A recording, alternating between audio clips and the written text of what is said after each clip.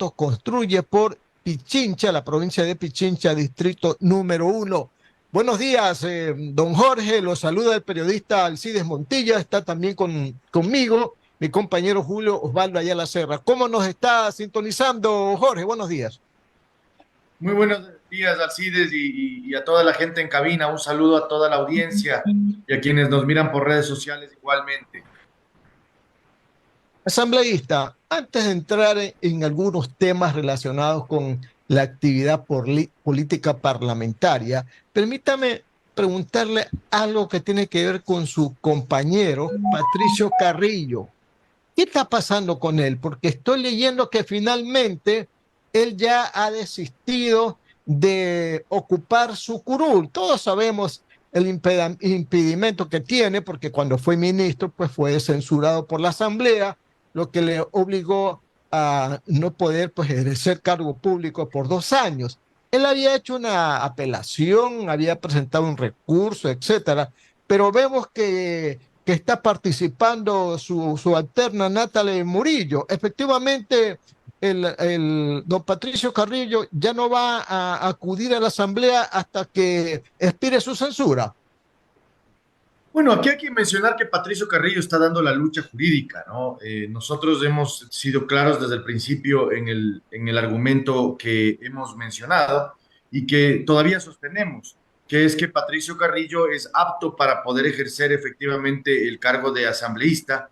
No obstante, está en un momento en donde la presidencia de la Asamblea Nacional y quienes conforman las instancias administrativas no opinan lo mismo. Entonces, de esa manera, lo que se está haciendo es siguiendo los pasos correspondientes para poder completar, digamos, por decirlo de alguna manera, este tema y darle viabilidad jurídica a la intervención de Patricio como asambleísta. Entiendo que se está preparando la documentación correspondiente, se van a seguir las acciones correspondientes y esperaremos que en los próximos días, en los próximos meses, podamos tener ya claridad sobre el tema para que Patricio pueda incorporarse al equipo del Movimiento Construye en la Asamblea Nacional. O sea, hasta el momento no es verídica la versión de que él va a esperar que censure su censura para regresar a la Asamblea. No, la única versión oficial es aquella que nosotros hemos mencionado, que es la misma de Patricio, que se van a seguir las acciones jurídicas y las acciones constitucionales necesarias para que el ejercicio de la Asamblea de Patricio sea una realidad y no sea simplemente, digamos, discurso. Ahorita básicamente estamos preparando y estamos presentando las acciones correspondientes para que Patricio pueda incorporarse en algún momento de así considerarla la justicia ecuatoriana. Jorge, pero puede haber un problema acá, ¿no? Porque en la Asamblea usted sabe bien, más allá de los razonamientos y argumentaciones jurídicas, lo que vale son los votos. Si no tiene los votos, Patricio Carrillo, por mucho que cualquier juez le dé la razón, los votos al final de cuentas dirán que él no puede regresar a la Asamblea. A ver, la Constitución es clara. Aquí no cabe interpretación. Los derechos no pueden estar por debajo de las intenciones políticas ni tampoco de los intereses políticos.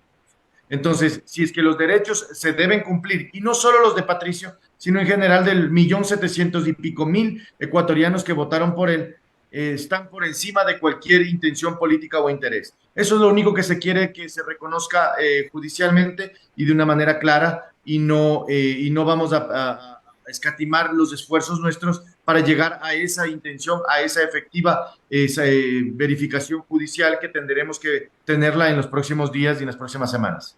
8 de la mañana, 44 minutos, Radio Atalaya y su programa de opinión política, Punto de Vista. Estamos dialogando con Jorge Peñafiel, asambleísta de Construye. Las preguntas de mi compañero Julio Osvaldo Ayala Serra. Adelante, Julio. Gracias, Alcides. Asambleísta Jorge Peñafiel, mucho gusto de saludarlo. Dígame una cosa, ¿qué persigue el movimiento Construye con la participación dentro de esta comisión legislativa que investiga el asesinato del señor candidato a la presidencia de la República, don Fernando Peñafiel, don Fernando Villavicencio, perdón? Dígame, ¿qué aspiran conseguir con esta comisión? ¿Hay algo que en concreto pueda ayudar a que se esclarezca este crimen, que es un crimen de Estado? Bueno, el movimiento Construye lo ha dicho claramente, nosotros buscamos la verdad. estimado Julio, y lo hemos dicho y lo vamos a hacer. En la comisión multipartidista que se ha creado para la investigación del asesinato de Fernando, sin duda alguna existe una intención clara que es la de determinar claramente quiénes son los beneficiarios políticos del asesinato de Fernando Villavicencio. Recordemos que en la justicia ecuatoriana la Asamblea Nacional no puede intervenir, es decir, en la investigación penal que se lleva a cabo en fiscalía, la Asamblea no puede intervenir de ninguna manera. Eso es una facultad exclusiva de la Fiscalía General del Estado. No obstante, a nivel político sí puede intervenir y sí lo va a hacer con esta comisión y con el informe correspondiente después de las investigaciones. Básicamente, tenemos que determinar quiénes son los beneficiarios políticos y los perjudicados políticos y por ende los responsables políticos del asesinato de Fernando Villavicencio, porque no puede quedar como una verdad en el país que el asesinato de Fernando Villavicencio benefició a los propios coidearios de Fernando Villavicencio. Es algo descabellado que lo hemos dicho nosotros. Nosotros nos hemos visto perjudicados porque nos han asesinado, y no solo a nosotros, a la ciudadanía entera han asesinado a un luchador anticorrupción, a un candidato presidencial que era el único que decía la verdad. Y eso no puede quedar en duda en la verdad, en la historia del Ecuador. Y claro, a futuro lo que se deberá escribir es efectivamente quiénes terminaron siendo verdaderamente los beneficiarios del asesinato de Fernando. Y esa es la razón por la cual se constituye esta comisión y para lo cual nosotros vamos a apuntar toda nuestra fuerza y nuestro esfuerzo para determinar. Pero ustedes como jueces prácticamente, por ejemplo, de la fiscal del Estado, le están exigiendo celeridad e acción porque diera la impresión como que las cosas se van diluyendo poco a poco y va muriendo el interés de la ciudadanía en un caso tan crítico porque, mire, no se trata solamente de haber asesinado a un candidato a la presidencia. Se trata de haber asesinado al gran periodista de investigación, al hombre que decía la verdad, al hombre que investigaba, al hombre que sin miedo denunciaba las cosas que pasan en el país. Entonces se ha callado la voz más potente que existía en contra de la corrupción. ¿Están ustedes exigiéndole a la fiscalía que haya premura, que haya un trabajo a fondo realmente en este caso, asambleísta?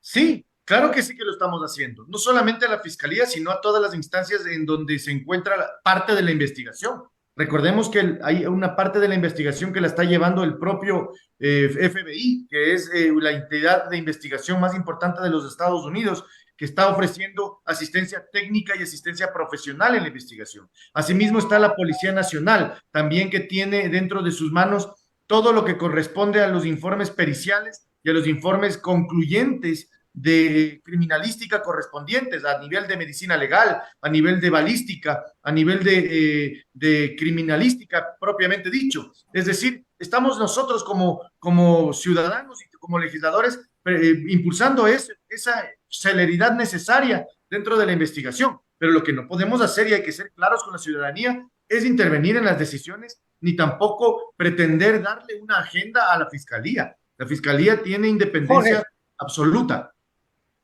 ¿Y qué va a pasar en el supuesto, como dicen los abogados, en el supuesto no consentido de que de las investigaciones se concluya de que hay sectores políticos que están dentro de la propia comisión involucrados en este hecho? Bueno, las personas deben responder por sus propios actos.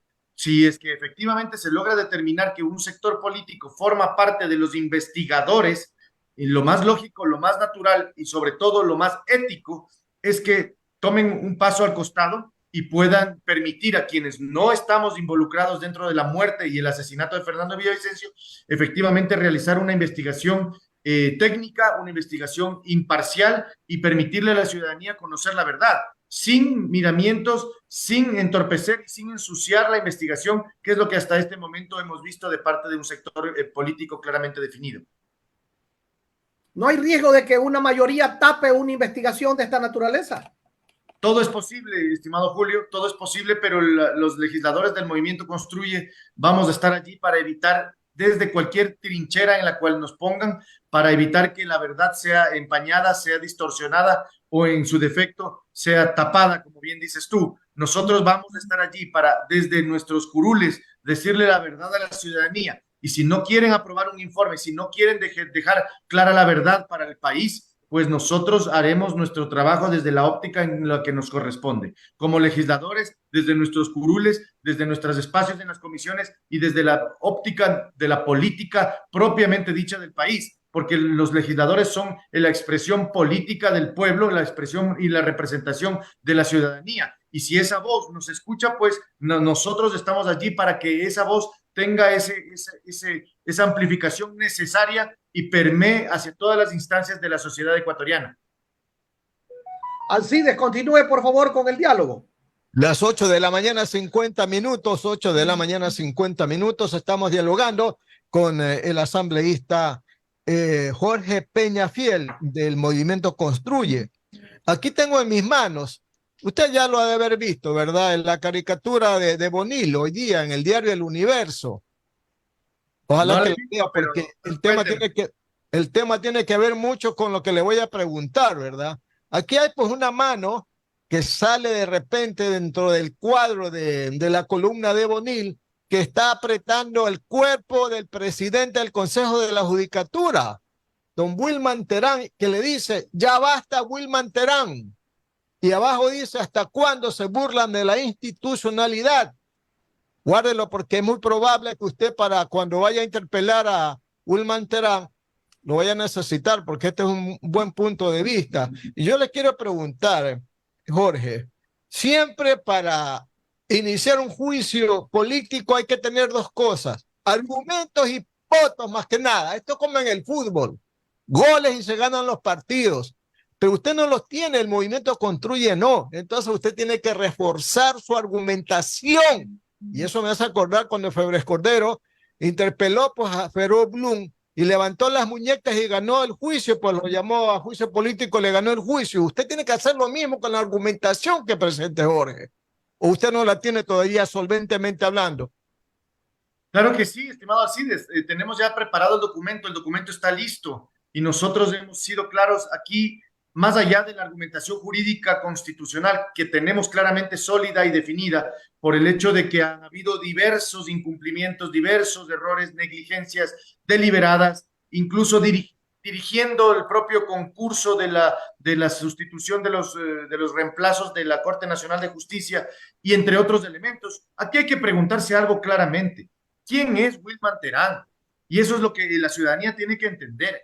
Wilman Terán es una persona que se encuentra en este momento trabajando con una agenda de impunidad y le está dando al país sola y exclusivamente razones para su destitución y su censura. Es alguien que ha permitido que vocales del propio Consejo de la Judicatura asistan borrachos a las sesiones del Consejo. Ha permitido que se realicen mayorías de 2 personas en un cuerpo colegiado de 5 miembros. Es alguien que ha permitido y dirigido las calificaciones del concurso de méritos de oposición. Ha sido alguien que no ha permitido que la transparencia, que las observaciones y que incluso los propios veedores asistan y tengan claridad dentro del propio proceso. Es alguien que ha permitido, estimado Alcides y Julio, que los habeas corpus ya no se utilicen para defender derechos, sino que los habeas corpus se utilicen para sacar a delincuentes de la cárcel. Ese es Wilman Terán. Ese es Wilman Terán, Javier Muñoz y Ruth Barreno, personas procesadas por tráfico de influencias, por obstrucción a la justicia. Tenemos un Consejo de la Judicatura que da vergüenza a nivel nacional e internacional. Es alguien, Wilman Terán, que permite que jueces liberen a los delincuentes como los que se han dado en estos últimos fines de semana, el fin de semana más sangriento del gobierno de Daniel Noboa recién estrenado. Entonces, más allá de la argumentación jurídica que la tenemos sólida y clara en relación a varios casos, tenemos más de 5 casos que tenemos desarrollado en el juicio político, es el tema político aquí. ¿Quién es Wilman Terán y qué intereses defiende? Wilman Terán no es nada más que la vergüenza que le ha pasado a la justicia ecuatoriana. Es alguien que no merece no solamente el cargo, sino que merece una censura y una destitución clara del pueblo ecuatoriano, de los representantes del pueblo ecuatoriano, y evitar que este tipo de funcionarios sean los que estén manejando la justicia en este momento. Por eso es que hemos llevado a juicio político y vamos a llevar a juicio político a Wilman Terán y a los 2 miembros del Consejo de la Judicatura, para evitar que esto se siga suscitando y se siga repitiendo. Básicamente, esa es la razón. Más allá, repito, de lo jurídico, que la argumentación está clara, las pruebas están determinadas, tenemos más de 85 pruebas presentadas dentro del proceso. Ya lo verá la ciudadanía, ya emitiremos los comunicados correspondientes y los boletines, pero este tema es algo político, hay que evitar que la agenda de impunidad continúe su marcha en el país, y para eso estamos los legisladores de Construye. Jorge, pero su petición de juicio político a Terán, Muñoz y Barreno está en la cola, pues es como ¿cuántos? 14 solicitudes de juicios políticos que están primero que el suyo. Entonces, ¿cómo evitar en este momento, por ejemplo, que continúe el proceso de selección de los miembros, nuevos miembros de la Corte Nacional de Justicia? ¿Cómo hacemos, pues? Porque mientras pasa el tiempo, viene su juicio político, yo no sé en cuántos meses, ya ha pasado todo, pues ya estaría todo oleado y sacramentado, pues, Jorge. A ver, varias cosas. La agenda de impunidad sí, sin duda alguna, Alcides trabaja de una manera transversal. Por un lado, trabajan entorpeciendo los juicios políticos en la Asamblea Nacional. Por otro lado, trabaja continuando de manera veloz y rápida en los procesos de concurso de la designación de los miembros de la Corte Nacional de Justicia. Asimismo, trabaja en otras instancias del poder. Pero sí, hay que ser claros. Aquí hay que trabajar de una manera clara con el país. Nosotros haremos nuestro trabajo en la Asamblea, que es lo que nos corresponde a nosotros. ¿Por qué? Porque yo no puedo de ninguna manera intervenir en los procesos propios del Consejo de la Judicatura, propios de la Corte Nacional de Justicia o de cualquier otra entidad del Estado. Tengo que ser respetuoso de la Constitución y las leyes. Nosotros no podemos intervenir en otras instituciones del Estado, pero asimismo, otros actores políticos y otros actores de la ciudadanía y en general del activismo político de este país están actuando. Recordemos que el presidente del Colegio de Abogados, el doctor Paulo Caña, está presentando una acción de protección precisamente para impedir que se continúe con el proceso de designación de los miembros de la Corte Nacional de Justicia. Ese es un elemento que también hay que incorporar dentro del escenario. Yo no tengo relación con Paulo Caña de ninguna manera, pero conozco de sus acciones y creo que está haciendo una acción positiva. Obviamente, nosotros haremos lo nuestro, que es lo que nos corresponde, la fiscalización política al Consejo de la Judicatura, pero también tenemos que confiar en el trabajo que deben realizar otras entidades y otros espacios de la política ecuatoriana, pero y con quienes sí estamos de acuerdo. Tiene que saltar dos obstáculos grandes. Primero, recoger las firmas de respaldo para presentar el pedido de juicio. Y segundo, el gran sedazo que es el CAL, pues Jorge, en el CAL usted no tiene los votos, usted tiene apenas uno. O sea, si usted vence esas dos grandes vallas, habrá conseguido muchísimo. Ahí faltarían nomás los votos para la destitución. O sea, no es cosa pequeña lo que hay que hacer, ¿no? Sí, estoy de acuerdo contigo, estoy de acuerdo con ustedes. En verdad, esto es un trabajo político que hay que hacer, pero hay que ver claramente a qué lado decantan las bancadas y a qué lado se decantan los líderes políticos. Yo creo que han sido claros todos los líderes políticos que conforman el espacio del espacio democrático de la Asamblea Nacional, en que apoyarán todos los esfuerzos que correspondan a la lucha contra la inseguridad. Y uno de esos elementos es precisamente, la fiscalización a quien no permite que la seguridad sea un elemento fundamental en el país, que se pueda aplicar de manera correcta.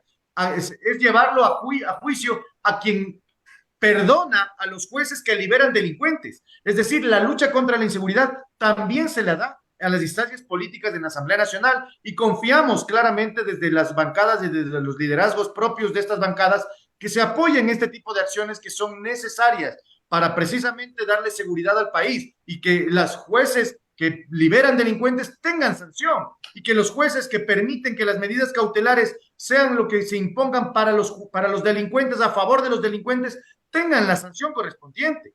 Ese es el trabajo precisamente que tenemos que realizar, y yo creo que sí vamos a tener los votos, sí vamos a tener las firmas, y creo que vamos a poder destituir y censurar a Wilman Terán. Obviamente nadie sabe el futuro, pero vamos a caminar para ese sector. Para ese 8 de la mañana, 59 minutos, Radio Atalaya y su programa de opinión política, Punto de Vista. Estamos dialogando con el asambleísta Jorge Peñafiel Cedeño del movimiento Construye. Las preguntas continúan con mi compañero Julio Ayala. Gracias, Alcides. Asambleísta Peñafiel, le voy a conversar una pequeña anécdota. Cuando yo fui director nacional del Registro Civil, me topé con un grave problema. Yo quería combatir la corrupción y entonces se levantaba un sumario administrativo contra los corruptos y ese sumario administrativo a veces terminaba pues con la destitución dentro del registro civil, pero los destituidos iban a estas cortes de justicia en el país y siempre nos ganaban los juicios y había que retornarlos y pagarles todo el tiempo que estuvieron fuera. Y entonces yo decía, bueno, ¿y cuándo realmente voy a acabar con la corrupción? Y se me ocurrió una idea. En lugar de hacerles el sumario administrativo, les sacaba boleta de captura directamente. Y entonces cuando sabían que tenían la boleta de captura, huían y al huir abandonaban el cargo y los votaba por abandono del cargo muchas veces. Yo le hago esta anécdota porque quiero saber si ustedes con esas 85 pruebas han aportado a la fiscalía para que, porque de las 85, muchas de esas han de ser de carácter penal. Y no sé si ustedes han enviado también esas pruebas a la fiscalía para que la fiscalía siga el juicio respectivo y en lugar de estar esperando, que es importante que se haga el juicio político, pero como dice Alcides, va a ser después de mucho tiempo, en lugar de estar esperando, a lo mejor actuar más rápidamente a través de la fiscalía. ¿Qué opina usted, asambleísta Peñafiel? Es un muy buen consejo, estimado Julio. No obstante, sí lo tenemos previsto en ese sentido. No solamente para enviar a la fiscalía. Recordemos que ya tenemos 2 investigaciones e indagaciones previas a miembros del Consejo de la Judicatura en marcha. Uno por tráfico de influencias y otro por obstrucción de la justicia. Es decir, ya se encuentran en marcha ciertos elementos que vale la pena continuar. Pero sí, hay que ser claros y definitivos. Este legislador y esta bancada va a ser respetuosa de la ley. Nosotros no podemos intervenir en la justicia como políticos y como representantes del pueblo, porque la justicia tiene independencia. Y ya, claro, luego de un proceso de investigación, luego de acuerpar, de darle forma a nuestros argumentos, a nuestras pruebas, presentar el juicio político, claro que sí, se pondrá en conocimiento de la fiscalía, pero será la fiscalía y la fiscal general del Estado quien tenga que darle seguimiento y tratamiento a esas pruebas, a esos elementos. Pero no dude, estimado Julio, que el esfuerzo está hecho y el esfuerzo se va a llevar hasta las últimas consecuencias porque la justicia no puede esperar, la verdad no puede esperar, la democracia no puede esperar y el esfuerzo que estamos realizando como asambleístas de la República y en general como la bancada de la reinstitucionalización del país, como la bancada de la verdad del país, vamos a hacer todos los esfuerzos necesarios para que estos personajes que gobiernan en este momento la función judicial se aparten del cargo y no solamente se aparten del cargo, sino que respondan por sus errores, sus negligencias, sus deseos deliberados de beneficiar a uno u otro sector en todas las instancias del Estado ecuatoriano y definitivamente en la justicia igualmente. Muchos ecuatorianos, Jorge, tenemos fe y esperanza de que la bancada de Construye, que viene pues escogida prácticamente por un hombre de la talla de Fernando Villavicencio, siga su ejemplo, pero indudablemente aquí viene el pero. ¿Hasta qué punto a la bancada de Construye no le van a temblar las piernas ante la amenaza latente de la inseguridad que se vive en el país? Ustedes están bien protegidos, tienen la ayuda de la policía, para que ustedes puedan actuar con un poco de tranquilidad, porque, oiga, yo fui legislador, pero en mi época no habían estas cosas, y ahora sí que debe dar miedo actuar como fiscales prácticamente del pueblo en la asamblea. Bueno, sí, es muy válida tu pregunta. Sin duda alguna, nosotros tenemos más riesgo que otras bancadas, que otros legisladores. Lo sabemos, lo conocemos. Tenemos certeza de que el objetivo de la criminalidad en el Ecuador es mermar o debilitar nuestra posición política. Pero al mismo tiempo, tenemos también nuestra obligación y nuestra claridad objetiva de que vamos a seguir trabajando desde todas las instancias que podamos. El ejemplo estuvo ahí y está allí. Fernando Villavicencio nos dejó ese legado y nosotros vamos a continuar con el legado desde cualquier trinchera en la que nos ponga el pueblo ecuatoriano. Y en ese sentido, sí, con miedo, así sea con miedo, pero hazlo. Y eso lo dice también el dicho. Si tienes miedo, pero quieres hacerlo, igual hazlo, así sea con miedo. Alcides, por favor, continúe. 9 de la mañana, 4 minutos, 9 de la mañana, 4 minutos. Estamos dialogando con el asambleísta Jorge Peñafiel del movimiento Construye. Jorge, hay una enorme papa caliente en la asamblea, enorme papa caliente. Mire, el juez Rivera ha pedido a la Asamblea que dirima si se levanta o no la inmunidad de Jorge Glass para que éste pueda ser enjuiciado.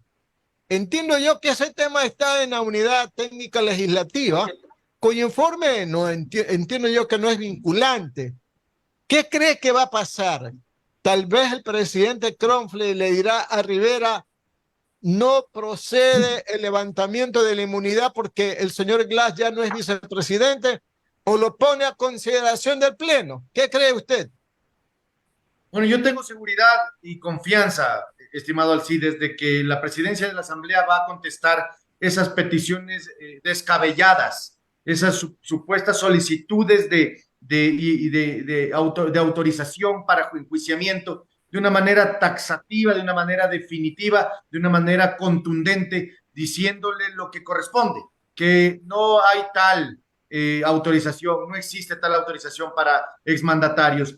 Jorge Glass debe ser procesado de manera inmediata. Y claro, y hay que recordar que el juez Rivera era uno de los beneficiarios precisamente de esas prórrogas de cargo y del ejercicio de su magistratura por parte precisamente de Wilman Terán. Esos son elementos que tenemos que considerar y forman parte del juicio político, de tantas pruebas y tanto argumento que se ha puesto. Básicamente aquí no puede continuar esta agenda de impunidad, estos intereses personales, estos intereses de grupo. Básicamente esa respuesta la va a dar el presidente Crowley y tengo la seguridad y la confianza de que así será, de manera contundente y clara, de que no puede utilizar su magistratura, ni Rivera ni nadie, para beneficiar intereses políticos de grupo, de sectores o de una persona en específico. Jorge, ¿y qué pasa si Crowley pone a consideración del Pleno la petición del juez Rivera? En principio yo creo que si es que lo hace de esa manera, que no debería, porque eso es una aplicación de la norma explícita. Yo creo que las bancadas van a votar mayoritariamente para que se continúe con el proceso y se respete la norma constitucional y no se le autorice, no se le autorice, sino que se le devuelva de manera clara y directa para que continúe su tratamiento en la Corte Nacional de Justicia, ante lo cual ya podría ser incluso objeto de recusación en la propia Corte Nacional de Justicia el juez Rivera por hacer estos intentos intentos ridículos, intentos ilegales respecto de un beneficio que no cabe en el caso de Jorge Glass. Oiga, pero la bancada correísta va a estar a favor del pedido de Rivera, pues. Yo no creo que puedan inobservar la ley, inobservar la Constitución. La propia jurisprudencia lo mantiene, lo establece. No obstante, todo puede pasar. Si lo hace así la Revolución Ciudadana, pues la Revolución Ciudadana tendrá que contestar los argumentos bajo los cuales lo hace. Y no creo que existan muchos en relación a este tema.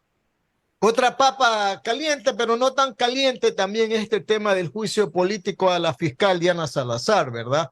El presidente de la Asamblea dijo que esto va a ocurrir después de 14 meses, pero no crea tampoco, porque los intereses políticos en la Asamblea son distintos a los que lo ve el ciudadano común y corriente. La postura de Construye, ¿cuál es en este caso? Nosotros hemos dicho claramente que ante intereses políticos no deberíamos nosotros vernos influenciados. Aquí hay una intención clara de generar una cortina de humo, estimado Alcides y Julio, en relación al juicio de la fiscal general del Estado. Quieren crear una distracción para evitar que la opinión pública y los ojos de la crítica mundial se pongan sobre el concurso de designación de los jueces de la Corte Nacional de Justicia. Lo de la fiscal general, saben que no tienen los votos, saben que no tienen el apoyo del Pleno, saben que efectivamente eso es solamente un distractor para poder imponer sus jueces en la Corte Nacional de Justicia y de esa manera obtener el beneficio del recurso de revisión que se encuentra ventilándose en la Corte. Ahora, nuestra intención y nuestro mensaje ha sido claro: a la fiscal general no se le debería llevar a juicio político, pero si se le lleva a juicio político hay que ver las pruebas, como siempre lo hemos dicho, de manera técnica, y aquí tenemos la certeza que los argumentos y las pruebas no son sólidas en torno al manejo de ella, sino solamente es una vinculación política que quieren hacer. Con eso y esa cortina de humo no van a poder continuar con un proceso de juicio político, y más bien dicho, lo que han hecho es impulsar nuestra atención directamente hacia el concurso de designación de los jueces de la Corte Nacional y evitar así pues que la impunidad continúe su marcha. 9 de la mañana, 9 de la mañana con 10 minutos, 9 de la mañana, 10 minutos. continuamos en este diálogo con Jorge Peñafiel, asambleísta de Construye, con más preguntas de nuestro compañero Julio Ayala. Gracias. Asambleísta Peñafiel, ya ustedes recibieron los proyectos de ley económica urgente del Ejecutivo. ¿Tienen ya algún criterio al respecto o todavía están analizándolos? Estamos todavía conversando, estamos analizando con nuestros expertos que manejan el tema económico. Yo no soy economista, pero sí tenemos un par de criterios preliminares que creo que vale la pena compartirles con ustedes. En principio, nosotros creemos que el tratamiento que se le está dando al manejo tributario y en general a la reactivación económica con este proyecto no es suficiente para cubrir las necesidades económicas que tiene el Estado ecuatoriano. Recordemos que el hueco fiscal, el agujero fiscal que existe para el año 2024 es de aproximadamente 5.000 millones de dólares. Y con este proyecto solamente se estarían asegurando aproximadamente unos 800 millones de dólares. Es decir, no hay claridad y todavía certeza de que este proyecto vaya a ayudar de manera definitiva a las finanzas del Estado para poder sustentar y solventar el problema que tiene el país. Eso se ha visto expresado ya no solamente por economistas y por entendidos de la materia en el Ecuador, sino los propios acreedores del Ecuador a nivel internacional, quienes no han confiado certeramente en el manejo económico de este momento político, de este momento de este gobierno. Todavía falta por mirar qué es lo que viene después.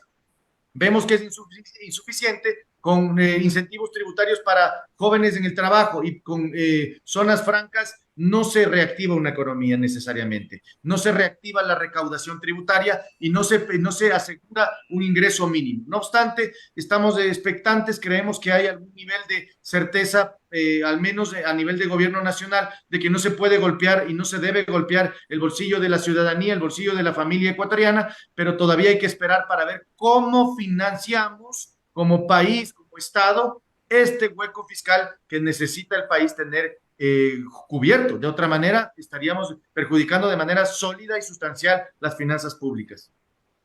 Jorge, Colombia ha mantenido casi durante 70 años una especie de guerra civil interna con las FARC, con el ELN, con los propios grupos paramilitares que se formaron. Y sin embargo, su economía es una economía estable, es una economía boyante, es una economía donde hay inversión. Dicen algunos que es producto de la producción de cocaína, de la producción de droga. En Ecuador se manifiesta por parte de entendidos en la materia que la droga mueve 20.000 millones de dólares. Yo me hago una pregunta, ¿qué pasaría si esos 20.000 millones de dólares en alguna medida no se lavan en el Ecuador? ¿Cómo estaría la economía, el señor asambleísta Peñafiel? Bueno, la economía oscura, la economía ilegal es parte de la economía, sin duda alguna. Es decir, se identifica como parte del motor económico que tienen las naciones. Pero esa economía no es una economía que termina beneficiando al país y a la sociedad en general. Estimado Julio, esas economías oscuras, escondidas, tapadas, impunes, son las economías que financian a las bandas criminales, que financian a las estructuras de corrupción, que financian a lo malo que tiene la sociedad.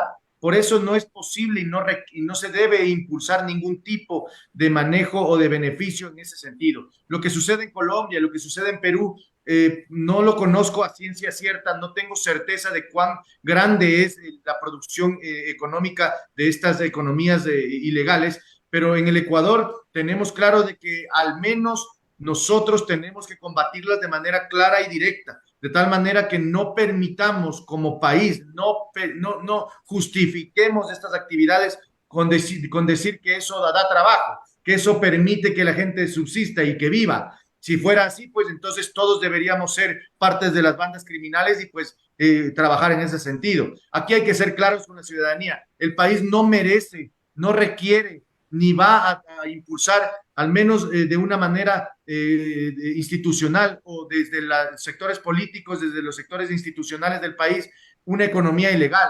Nosotros tenemos que combatirla hasta las últimas consecuencias, porque eso lo único que termina beneficiando es a las economías ilegales, a la guerra, a la muerte, a la sanción y en general a lo malo que tiene la sociedad ecuatoriana. ¿Qué sugerencia le hacen ustedes como legisladores de Construye al presidente de la República en reglas generales para solventar este problema grave de la economía? Ha tenido que prestarle a la Corporación Financiera Nacional cerca de 200 millones de dólares para pagar el mes de noviembre. Pero diciembre, no solamente que tienen que pagar el mes, sino también el 13º. Y dicen que no hay los chimbilines, por ningún lado aparecen. ¿Qué sugerencia le hacen ustedes como bancada, como legisladores de Construye? ¿Cómo construyen ustedes un país en una situación tan crítica económicamente? Bueno, nosotros hemos dicho también claramente, el movimiento Construye propone, y lo ha dicho al gobierno y en general a la posteridad de este país, que requerimos nosotros una reestructuración económica siempre mirando los gastos. No hay forma en el Ecuador y en el país, en ninguna economía de Occidente, que se establezca la producción petrolera o la producción de recursos naturales como única fuente de ingresos. Los ingresos también están en los gastos y hay que hacerlo real. Reducir el tamaño del Estado es fundamental. Hay 50,000 contratos ocasionales suscritos en el Estado ecuatoriano que pueden ser eliminados, pueden ser, digamos, solventados de otra manera.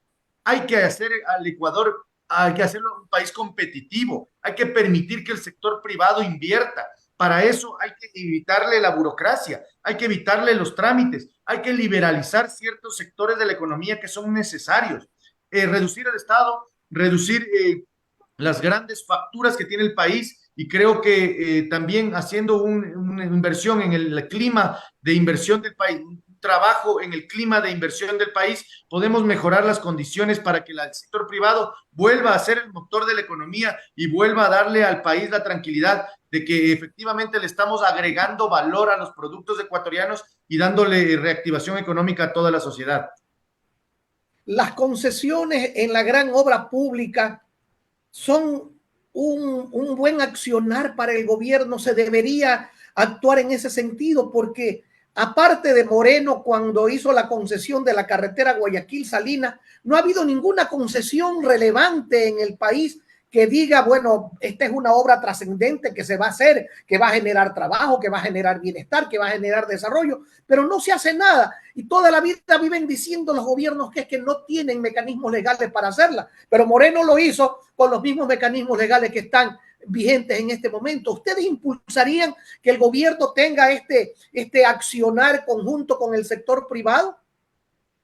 Bueno, la visión política personal mía es esa, que yo creo que las concesiones y sobre todo la intervención privada en los servicios y en las obras públicas es necesario, no solamente por un tema de bienestar y de trabajo, sino necesariamente porque el Ecuador no tiene recursos y el sector privado extranjero, el sector privado nacional puede tenerlos. Entonces, beneficiarse de esos recursos para la inversión a cambio de una rentabilidad razonable es absolutamente necesario. Lo que no debemos permitir, lo que el Ecuador no debe permitir es que sea solamente esa medida la única que solucione los problemas. Ni tan cerca que queme el santo, ni tan lejos que no lo alumbre, estimado Julio. La propuesta del Movimiento Construye es una propuesta que permite la inversión extranjera, que permite la inversión privada, que debe tener la presencia privada en el Estado y en los servicios y en las obras públicas, pero no solamente esa fuerza.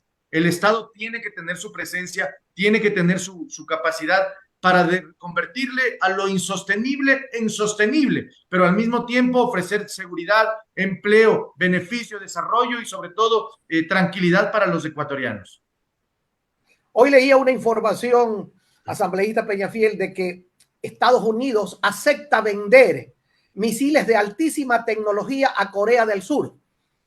Pero esos misiles no son preparados por el gobierno de los Estados Unidos, son preparados por empresas privadas de los Estados Unidos. Y lo que hace el gobierno de los Estados Unidos es ejercer el control para que eso no se haga, ni en forma subrepticia, ni en forma desmedida. Entonces, mire usted, el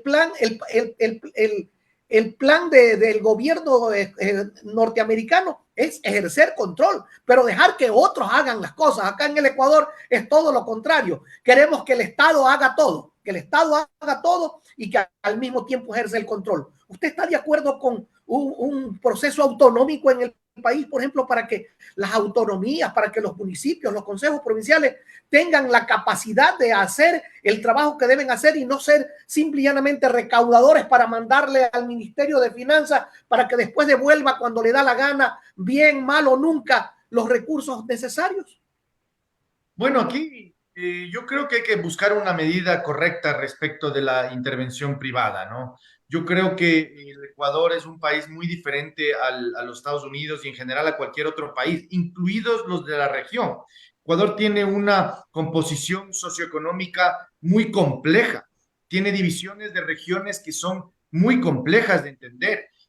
Tenemos diferencias raciales, diferencias socioeconómicas, diferencias incluso con la propia idiosincrasia de ciertos sectores del país. Entonces, hay que primero entendernos. Yo creo que hay que hacer un trabajo propio de entendernos como sociedad antes de tomar esas decisiones tan complejas y drásticas. Sí, hay que esperar que el Estado regule y controle la economía. Hay que esperar que el Estado regule y controle las actividades privadas. Sí, pero tampoco podemos intervenirle todas las conductas, todas las intervenciones y las intenciones de la sociedad. El sector privado tiene que tener libertad para pensar, libertad para actuar, libertad para poder invertir y poder generar lo que espera sus propios intereses.